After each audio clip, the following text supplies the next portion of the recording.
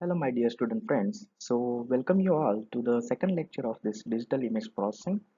In this, we are going to study the very first chapter of your digital image processing. That is nothing but image fundamentals. So, remember that whenever we are going to study any new subject, for that subject, we are going to understand first the fundamentals of that particular subject, right? So, right now we are studying digital image processing. So, ultimately, we need to understand which are the fundamentals of that digital image processing and how to go for the further details. Okay. So, myself, Professor VM Davande from DKT's Textile and Engineering Institute. So, I welcome you all of you for this video lecture. So basically, what is an image? So you all aware about that. What is image and what is picture and all these things. But let us discuss in terms of technical language now. So image is nothing but a two-dimensional quantity. Why it is called as a two-dimensional quantity? So suppose we are taking any picture of any scene. So let us say I have taken one picture. Okay. So this is nothing but a scenery, right? So this image is having two dimensions, right? Which are those? One is a height and another one is a width. Okay. So remember that whenever we are going to discuss about the image, it is nothing but a two-dimensional quantity. So that's why it is called as image may be defined as a two-dimensional function, right? And that function is defined in terms of a mathematical term is nothing but f of xy, right? So x is nothing but a coordinate, y is nothing but a coordinate. So you can guess it, isn't it? So x and y are the spatial coordinate. Now, what do you mean by spatial? Spatial means the coordinates related to the real-time quantity of that particular image. Let us say it may be a real-time environment. Okay. So remember that spatial coordinates are nothing but the real-time width and height coordinates. Okay. So remember that whenever we are going to take an image, so the scene is of different magnitude, that is, let us say a height and width. Okay, its dimensions are different, and whenever we use to capture that scene, then the scaling is going to occur. That means whenever we studied about the graphs, right? So we have taken the, or we used to write the scales, right? So let us say 1 centimeter is equals to let us say 100 units, or 1 centimeter is equals to 200 units. Likewise, we would use to scale that graph, right? So in a similar fashion, this image is also scaled down to the some quantity so that it can fit into our, it may be a mobile phone, it may be your laptop screen, right? So the very first step whenever we are going to capture the image is nothing but the scaling. Okay, fine. So let us say that, so what is amplitude of f at any given coordinate? So let us say this is having rows and this is having rows, right? And these are nothing but your columns. Okay, so whenever we are going to talk about image, it is nothing but a two-dimensional matrix or simply two-dimensional array. Okay, so all the information for this particular image will be stored accordingly in that particular array based on their coordinates. So x and y are nothing but the coordinates related to the rows and columns of the particular image. Okay, so let us say I have an image which is having a size as 1024. Okay, 1024 into 1024. For example, I am going to take this. Okay, so what do you mean by this? This is nothing but I have 1024 rows. Okay, so these are nothing but the rows and these are columns. Okay, so remember that whenever I'm going to talk about the resolution of any image, it is all related to the rows and columns, number of rows and columns which are used to store the information of that particular image. So whenever you are going to do the multiplication of this 1024 into 1024, what you are going to get? It is nothing but a size of that camera, that is nothing but 1 megapixel. If you are going to multiply 1024 into 1024, you will be resulting to 1 megapixel.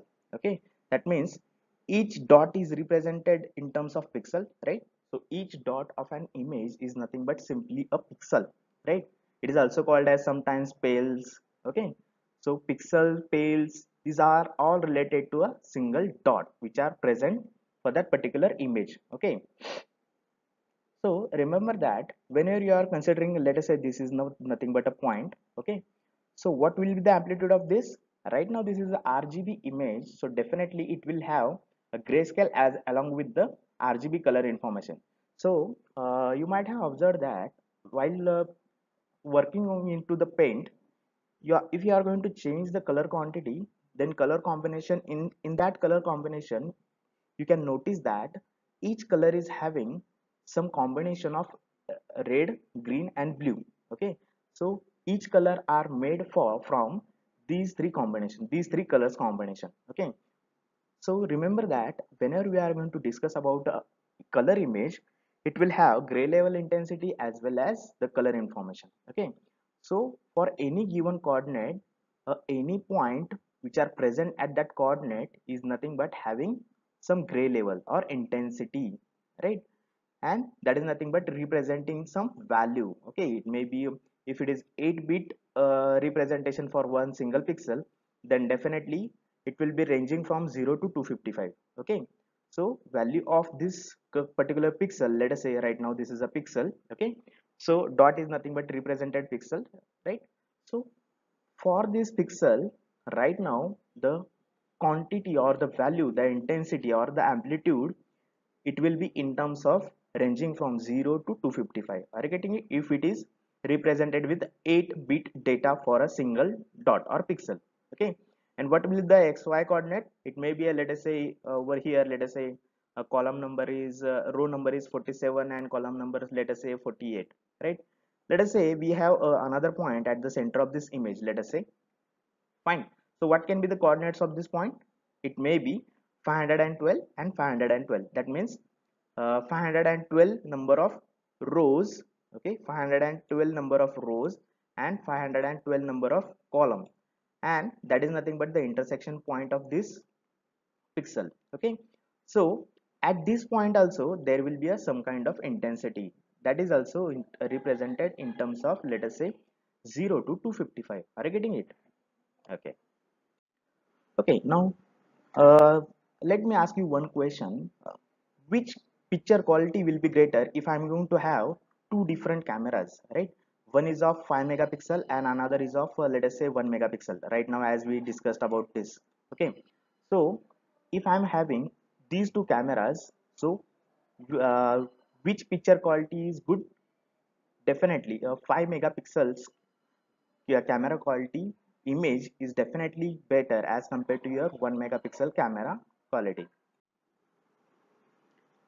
Okay, so application of DIP was first used in newspaper industry, right?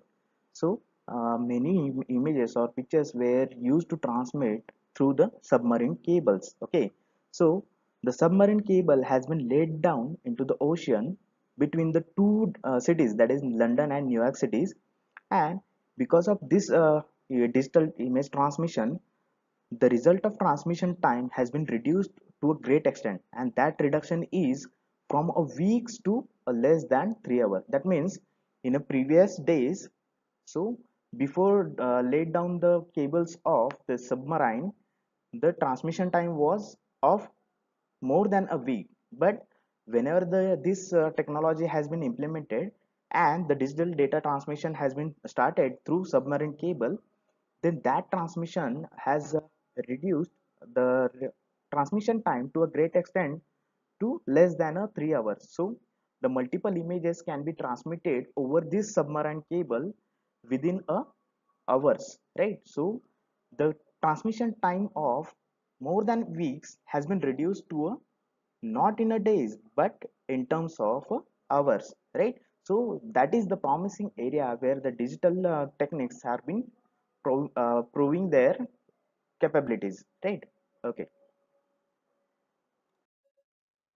so let us see different types of imaging techniques. We have seen, or we also know that there are multiple techniques that are being used right now in, it may be a medical field, or it may be in the in terms of industrial field, it may be in terms of commercial fields, right? So let us understand few of them. We are not going to discuss all of them, but we are going to check out some techniques that are going to be used in terms of a medical line or industrial line. Okay, so out of that, let us discuss the gamma ray imaging technique. Okay, so in this imaging technique, we used to have the nuclear medicine technique. Nuclear medicines we are going to use, and for astronomical observation. So this technique is mainly used in a medical line as well as in case of astronomical observation, right? So in this case of imaging technique, what we used to do, we used to take a radioactive isotopes. As you know, nuclear is all related to the radioactive nuclear atoms, right? So we are going to use a radioactive isotope which are being injected into the patient's body, and whenever they are going to travel through the patient's body, they go on decaying. So whenever they are going to decay, they are going to emit positrons. Are you getting it? So whenever they are going to travel through the body of the patient, they are going to decay, and whenever they are going to get decayed, they are going to emit some positive ions, that is nothing but a positrons. Are you getting it? So what is going to happen if these positive atoms, that is positrons, are going to get bombarded or meet with electrons, that is negatively charged atoms, right? So whenever these recombination is going to occur, what is going to happen, they are going to annihilated. And what do you mean by annihilated? Some form, that is nothing but these positive electrons, positive positrons and electrons are going to meet each other, and they are going to create a recombination, right? So because of that, the recombination energy will be exhibited, or they are going to emit the recombination energy, and because of that, this energy is emitted in the form of two gamma rays. Okay, so whenever there is a recombination of one positron and one electron, this recombination will result to the emission of two gamma rays, and these gamma rays were produced in this process, that will be collected by a gamma ray detectors, and likewise the images will be created based on the gamma ray detection technique. Okay, so let us see the example of this gamma ray technique. So these are nothing but the simple example in which we have gone for the bone detection, that is skeleton detection of a human body, and this is nothing but a brain detection. In case of that, we are going to have whether there is a brain tumor, or whether there are lung diseases, lung cancer, lung tumor, like that diseases we can identify by means of gamma ray technique. Okay, fine. Next one is nothing but a X-ray imaging. Okay, what do you mean by X-ray? I hope you all are familiar with the X-ray. X-ray is all related to the identifying whether there are any fractures into the bones or not. Okay, so this is nothing but a very oldest technique of electromagnetic radiation, isn't it? In this case, we are going to use electromagnetic radiation. Okay, so how we are going to generate it, electromagnetic radiation? So in this case, electromagnetic radiation can be generated by means of electron tube or X-ray tube, that is also called as a vacuum tube. Definitely, as there is a electron tube or vacuum tube, it is there, a X-ray tube is there, it will definitely have cathode and anode, right? So the cathode is responsible to generate the electron beam, right? So I hope you are aware about your that oscilloscope, how the oscilloscope works, right? So in that case also, the cathode ray tube was there, right? It is there, and in a similar fashion, this is nothing but going to generate the X-ray electrons. Right now it is generating electrons which are in terms of X-rays, right? So, and the cathode is nothing but which is going to have the positively charged polarity. Okay, we are going to supply positive supply to this anode, and because of this positive supply, the electron beam will be deflected towards the point of interest. Okay, so remember that whenever the cathode is heated, it is going to generate the electrons, right? And these electrons are directed by means of positive voltage applied to the anode, right? Okay, so whenever this electron beam is going to strike on a nucleus of our bone, let us say calcium nucleus, it is going to release energy in the form of X-rays. Are you getting it? So whenever we are going to, or whenever these electrons beam is going to strike on the nucleus of any calcium calcium atom, then what is going to happen? This there is a release of energy in the form of X-rays, right? Okay. And what is going to happen when the X-rays are emitted? Okay, what is the procedure is followed while taking the X-ray of any patient? So remember that the X-ray tube is there and the X-ray developing film is there. So in between these two elements, we are going to put our, or we are going to keep our patient. So let us say we are interested to find out the X-ray of any patient's chest part, right? So we are going to place the chest part of that particular patient in between the X-ray tube and the X-ray film.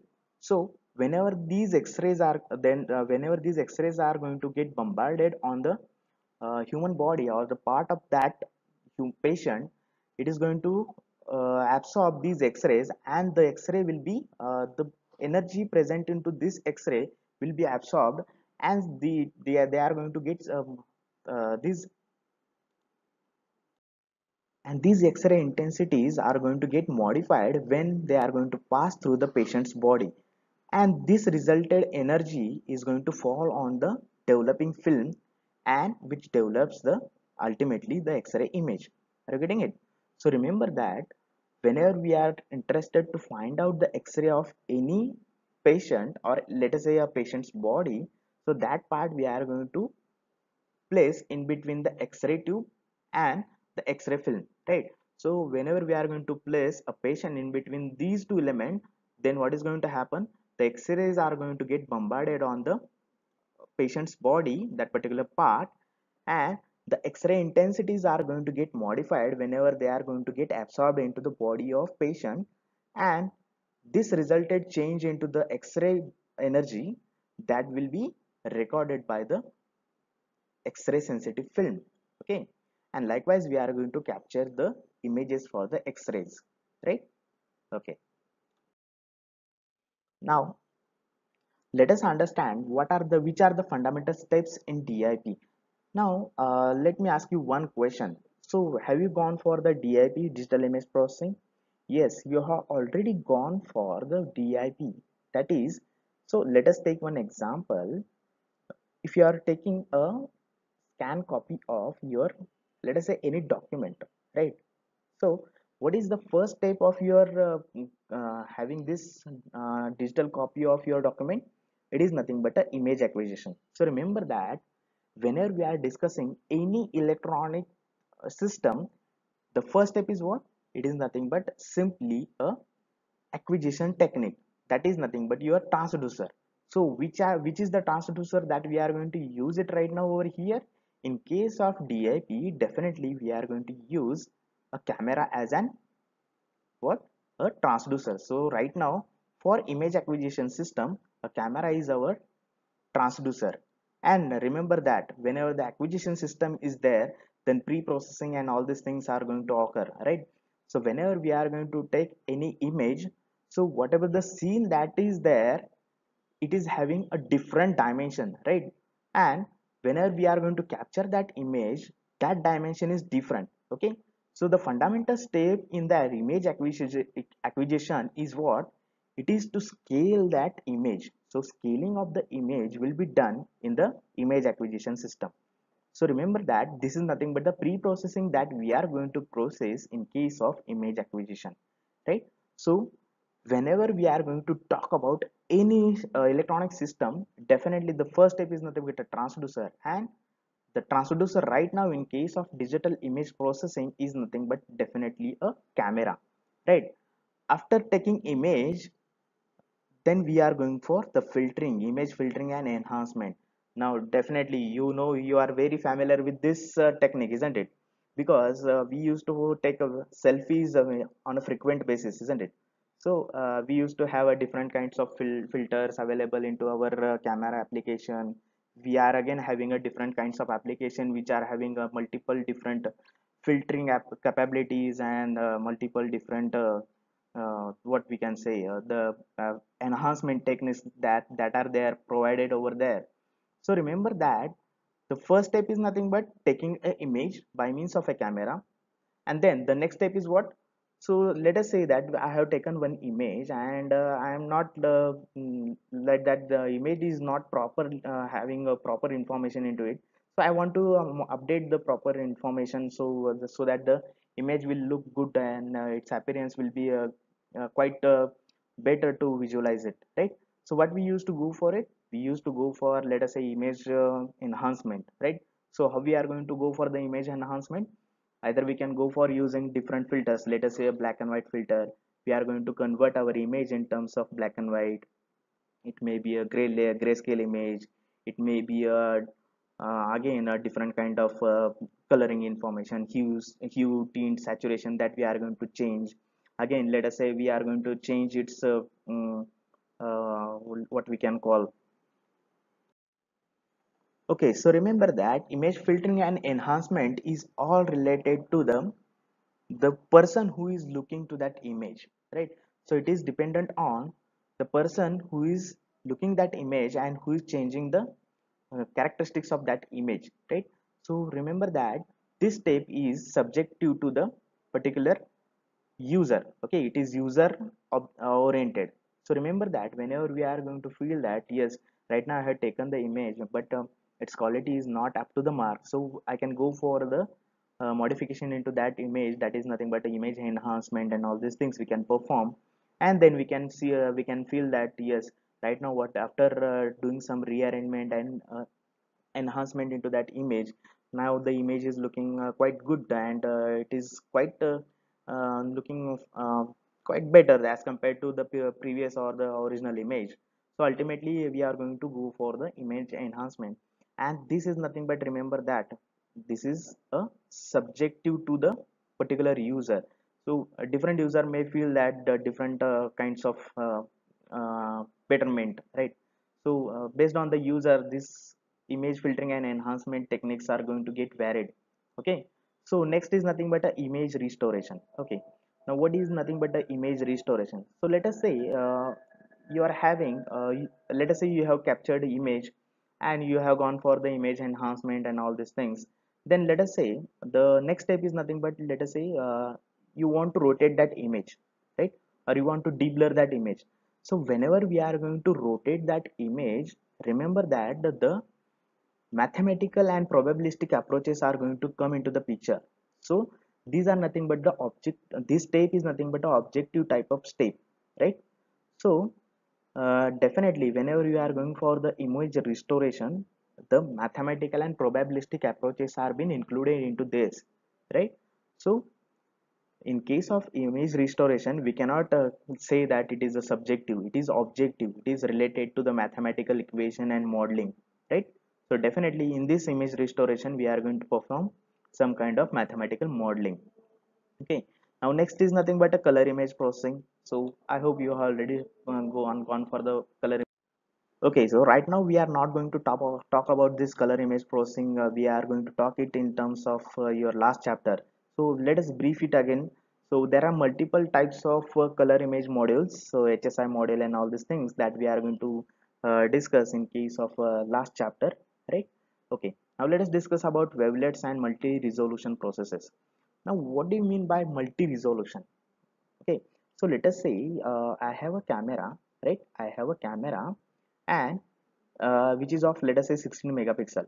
Okay, so whenever I'm going to go for the setting into the settings of camera, I can set it to the different resolution, right? I can set it to the, let us say, highest resolution as 16 megapixel, right? Because it is the maximum capacity of my camera, right? If I want to reduce its resolution, then what can I do? I can change its resolution, let us say, from 16 megapixel to, let us say, 13 megapixel.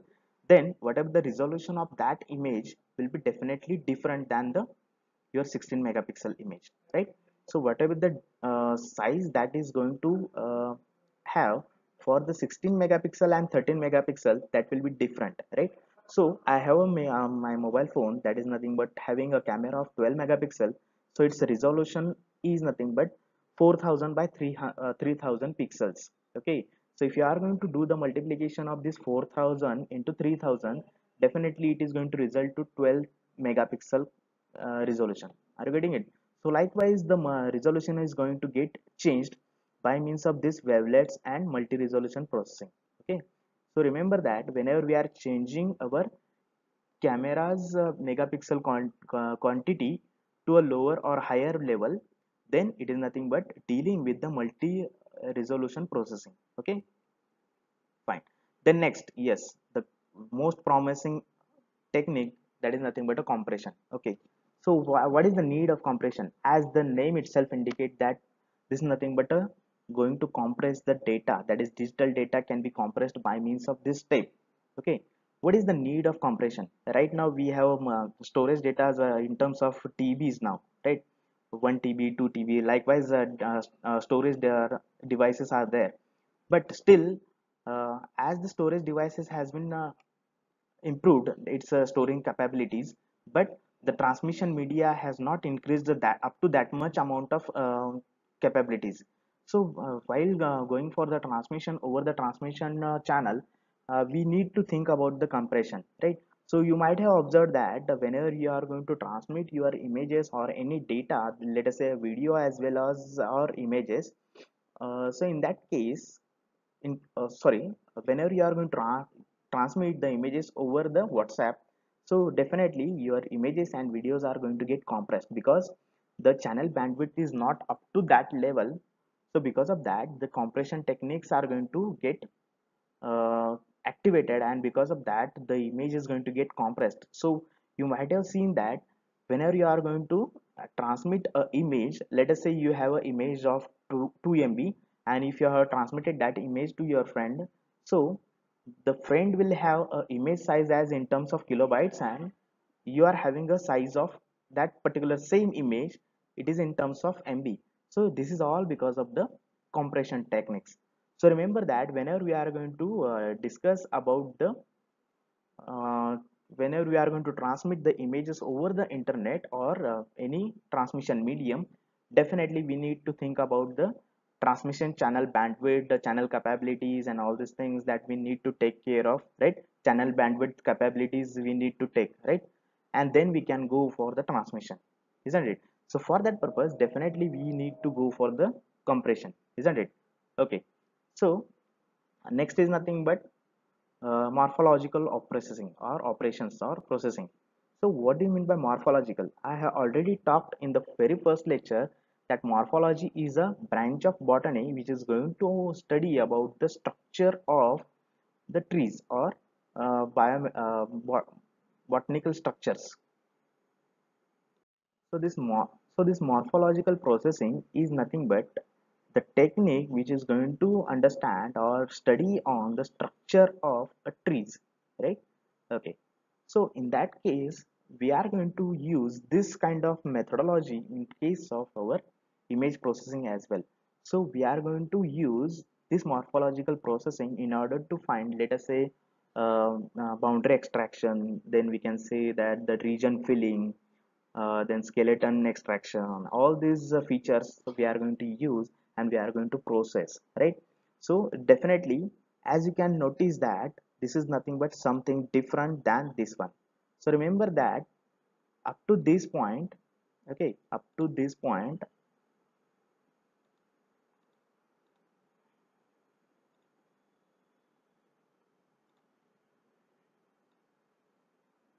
so over up to this point, that is morphological processing, the images are inputs are also images and outputs are also images. But after this, we are going to have some image attributes. That means we are going to fetch out some meaningful information from those images. Definitely inputs will be images, but outputs will be different raw data, and that can be used for the further processing in order to find out some meaningful information from that particular attributes or feature extraction. I hope you are well aware about the feature extraction and all these things. You might have heard these words about the extracting feature from that particular, let us say, digital data. It may be your audio, it may be your video, it may be your images, right? So all these things we are going to do in these four steps. Okay, so remember that morphological processing is nothing but we are going to understand histogram processing, then we are going to go for the what we can call dilation, erosion, and all these things that we are going to discuss in this chapter, and we are going to find out its boundary extraction and all these things. Okay, and again we are going to find out some discontinuity into the objects. Okay, so discontinuity checker we are going to use, or we are going to find out into this morphological processing. Okay, now segmentation, what do you mean by segmentation? So as the segmentation is nothing but simply partitioning the images. Okay, so what do you mean by partitioning the images? So if I want to highlight some part of that particular image, then I need to focus on that particular part, right? So image is having a multiple information, right? And I want to focus only on, let us say I have an image, and from that I want to focus only on to the vehicles, right? So I can go for image segmentation, I can find out its boundaries. Okay, so remember that whenever we are going to go for the segmentation, we are going to focus on particular part of the body, that is nothing but, sorry, particular part of that image, so that is nothing but separating or partitioning the images. Is that fine? So once we are going to partition that image, so very next step is nothing but what, representation. Now we are going to represent that data, whether it may be it's a boundary extraction or it's a region filling, region representation. So let us say there are two types of methods. Either we are going to find out its external contents or external characteristics, or we are interested to find out its internal characteristics. So in case of, let us say, vehicle, I need to check out its boundary. So based on the boundary, I can identify that whether it is a two-wheeler or whether it is a four-wheeler. It may be heavy vehicles like trucks or bus, right? So for that kind of example, I can have what we can call that is boundary extracted representation. It will be suitable for my example. So suppose again, let us say take example of let us say I want to highlight the bottle. Okay, so if I'm going to extract the bottle boundaries, then the boundary extracted representation is suitable for my example. But if I want to check whether there is a face into that image or not, so for that purpose I need to find out a region extraction representation I need. In that case I can go for the whether it is a face or it is not, there is no face. Likewise we can go for the identification. And then after describe, okay, now once we have gone for the representation, then we go for description. That means we are going to take out some features from that. It is also called as a feature extraction, right? So once we are going to find out some attributes or features from that particular raw data, then we are going to go for the object recognition. So right now we have got the raw data, and now we are going to, what, in this step of object recognition, we are going to assign the labels. So how we can assign the so what do you mean by assigning label? So let us say if I'm going to have the car, then I can go for the labeling that the particular data is all related to the vehicle. If I want to have let us say face, then I can go for the labeling it as this is nothing but a face. Okay, likewise we can go for the automation, and then we can go for further processing, and we can go for the automation based on that. Let us say the vehicle is not properly parked, or it is not up to the mark, right? So such kind of image, such kind of automation we can go for by means of this technique. Okay, a very simple example we'll discuss for all these things. Okay, and then we can conclude with this lecture. Okay, so let us say I have a cam scanner. Let us say I have a cam scanner, and I want to scan my document. Let us say I have my Aadhaar card, and I want to make it a digital. Okay, so I want to scan that Aadhaar card. Fine, so by means of a cam scanner, that is the application, or either I can go for uh, scanner which is connected to the computer, right? So let us say I have a cam scanner on my mobile phone, and I want to take the image of that. So what is the first step of your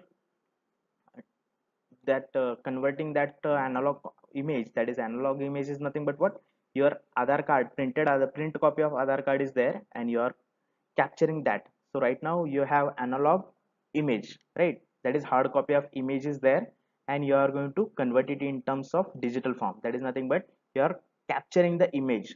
So first step of your digital image processing is what? First step of your DIP is what? You have to take an image. That is nothing but capturing the image or collecting the image. So that is the fundamental steps of your DIP, very first step. Okay, so after you have captured that image, what you used to do? You used to do some changes into that particular image. That is enhancement, image enhancement you are going to go for, right?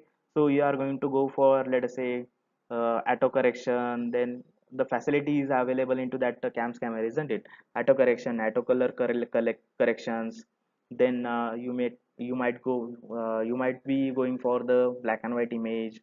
Like that, you have multiple options into that. So that is nothing but image filtering and enhancement, and it is all dependent on your perspective, which thing or which image you look or you like it. It depends on that, right? So if you like the particular after something some remodification into that image, then you can say, you feel that right now the image quality is good and I can go for the further processing. Okay, then let us say I have captured the image, but it is in a landscape mode and I want to convert it into the portrait mode. So in that case I can go for the image restoration. Okay, then if I want to process the color image, I can go for it. I can, if I want to change its resolution, then I can go for changing its resolution, isn't it? Fine. Then if I want to transmit, so whenever you are going to share that scanned copy of your let us say Aadhaar card, it will be converting into the PDF, portable document file. And then whenever you are going to share it, it is going to ask whether you want to compress that image or you want to send it as it is original file. So there are multiple options are there, and out of that you can select any option. Either you can go with the original image size, original file size, or you can go for the compression. So that is nothing but the compression technique will come into the picture over there, right? And these further techniques we don't use in case of cam scanner, right? Okay, so for that purpose we will be discussing all these rest of other things in case of our upcoming lectures, right? So definitely we are going to study different things in case of your digital image processing. Is that fine? Okay. Okay, in the next in these upcoming slides, all I have discussed is nothing but the details about that particular fundamental steps, that whatever we have right now discussed, right? Okay, so let us again have a brief overlook of this. So definitely that particular image, right? So it has been divided into two groups. Which are those two groups? One is nothing but having the inputs are images as well as outputs are images, right? So up to the morphological processing, it is nothing but that group is there.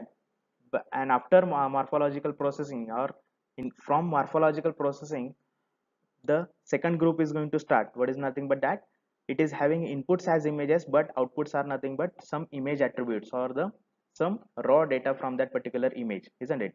Okay, fine. So what is image inputs and output images that we are going to discuss that group? Okay, so image acquisition is the fundamental step of a DIP, right? Taking images is a very important step to start with the DIP. Yes, definitely. So until and unless we are not going to take any image, we cannot go for the further processing of that those digital images, right? So for that purpose, we need to take the images. Fine. How we can obtain images? There are two ways. Either we can have an analog image, or either we can have a digital image, right? So by means of camera, we are going to capture the images, isn't it? So ultimately, the transducer is nothing but our camera, isn't it? So either we have a analog image. Let us say analog image is nothing but we have taken the example of your Aadhaar card, right? So converting that physical copy of your Aadhaar card into the a digital image is nothing but by means of a camera using cam scanner, right? So by means of both the ways, I can directly capture the image, and that can be treated as a digital image, right? Or I have a physical hard copy of my Aadhaar card and I am going to convert that into the digital. That is analog and digital conversion, right? We need to go for. Then the image acquisition involves pre-processing such as scaling, as we have talked about scaling. So right now your scene, whatever you are capturing, is having a different dimension, right? It is in terms of real-time environment. Okay, so it is having a three-dimensional view, and right now we are converting that three-dimensional quantity into the or three-dimensional scene into the two-dimensional quantity. So ultimately we need to go for the scaling, right? So the scene is having a different dimension, and we are going to changing its dimension in order to fit into your mobile phone or into your laptop screen or mobile screen, right? Okay, so that is nothing but the fundamental step which is there involved into the pre-processing of your image acquisition step, right? Then image enhancement we have talked about, right? So remember that image enhancement is not applicable. So same kind of image enhancement cannot be applicable to multiple applications, right? So suppose we have X-ray images, and I have applied some image enhancement techniques to that X-ray images. The same technique cannot be used for the satellite images, right? So remember that user is the ultimate judge for the particular application. That is, it is nothing but a subjective type of processing, right? So the user is going to define that whether the picture quality right now, whatever the changes I have made it into it, and it is having a quite good visualization. So then he can feel that it is okay, and if it is satisfactory, then he can go for the further processing, right? Okay, so there is no as such general theory related to the image enhancement. There is no hard and fast rule so that you can use it and you can say that yes, right now whatever the image enhancement that I have gone for, that is up to the mark. Okay, fine. Okay, so image restoration, it deals with the improving the appearance of an image. Okay, so we can change its let us say landscape view to the portrait view and all these things. We are going to rotate the image, fine. We are going to zoom it, we are going to zoom out and all these things. Whenever we are going to perform it, all the things are going to go into the, let us say that is nothing but a mathematical and probabilistic models are associated with that particular image quality. Okay, so remember that whenever you are going to go for the image restoration, let us say you are having an image and you are zooming it, right? So if you are having an image and you are zooming it, then the interpolation, the concept that you have already studied in case of digital system, digital signal processing, that is interpolation. That picture, that concept will come into the picture. So whenever we are zooming a image by means of your two fingers, so in that case you are going to increasing the number of pixels present over there. Okay, so you are going to uh, embed some pixels, that is nothing but the interpolation, right? So by means of interpolation, either we can increase the number of information present over there. So which are those techniques, how we are going to do that, all these things we are going to study definitely. Okay, but remember that whenever we are zooming the picture, so definitely we are assigning extra pixels over there in order to zoom that image, because we don't have extra other recorded pixels for that particular point, right? So whenever we are zooming it, definitely we are going to uh, have some mathematical reorientation, and we are going to find out some probabilistic values for that those particular pixels, so that it is going to get zoomed out. And you may not feel that there are some blanks are there or black dots are there, right? I hope you might not have observed that any black dots whenever you are zooming any image, or whether you are zooming out any image, right? So remember that we are going to introduce multiple pixels again whenever we are zooming in. Okay, so this is again nothing but a image restoration. Whenever you are zooming in, zooming out, it is nothing but again one kind of image restoration technique, right? Okay, so color image processing in this area, this is the area which is going to which is right now gaining a very importance because of the increase in the digital move images over the internet. So right now we are using internet and all these things. Because of that, multiple multimedia files we are going to transmit over the internet and WhatsApp and all these things, social medias. So right now color image processing is a very promising area. Okay, a wavelet and multi-resolution, as I had discussed, this is nothing but a wavelet are the foundation for representing images in various degrees of resolution. So I have talked about the resolution. Resolution is nothing but in terms of your pixel values. Okay, So let us say 1024 by 1024 is one resolution. Let us say 4000 by 3000 pixels is another resolution. So depending on the size of camera, the resolution is going to vary, right? And even if the camera is having a higher resolution, I can set it to the low resolution and I can get the different resolution images, right? So that is nothing but your wavelet. It is all because of the wavelets, right? Okay. And image compression and subdividing images into the smaller regions, again we can go for by using the wave. Okay, so the next step is nothing but a morphological processing. In morphological processing, what we are going to do, we are going to find out some meaningful information from that image by means of extracting some boundaries or regions, so that I can say that I can give you this particular data, this raw data to the further processing, so that the further processing can get some meaningful information from this data. Okay, so let us go for the segmentation. Segmentation refers to the partitioning. Okay, so as its name is saying that segmenting is nothing but partitioning the images. So different parts we are going to make it from that images, and then we are going to find out some information from that, and then definitely the morphological processing is been followed by segmentation is been followed by morphological processing, right? So therefore segmentation is used to partitioning the images, parts or objects, and then we are going to go for the boundary extraction and all these things. Okay, now as we have found out the boundary extraction or region extraction, we have extracted the region and all these things. So this is all related to the raw pixel data. So whatever we are getting after the segmentation process, it is nothing but all related to the raw pixel data. Okay, so we are going to take out some raw pixel data. That means we are going to extract some rows and column from our original image, and those rows and columns will be given to this representation and description processing method. And then based on that, the boundary or region, so it is going to do some kind of uh, operation. So let us say I have taken the boundary of that particular object. Let us say if I'm interested to find out its external characteristics, then it is important for my particular application. So boundary representation is suitable for what? If I'm interested to find out external characteristics of a particular object, right? So in that case, boundary representation is suitable for my application. But if internal characteristics are important for me, in that case region representation is suitable for my application. Okay, region means let us say area is there, and information present into that region is important for my internal characteristics extraction, right? Okay, so description is also called as nothing but the feature extraction. Okay, it deals with the extracting attributes.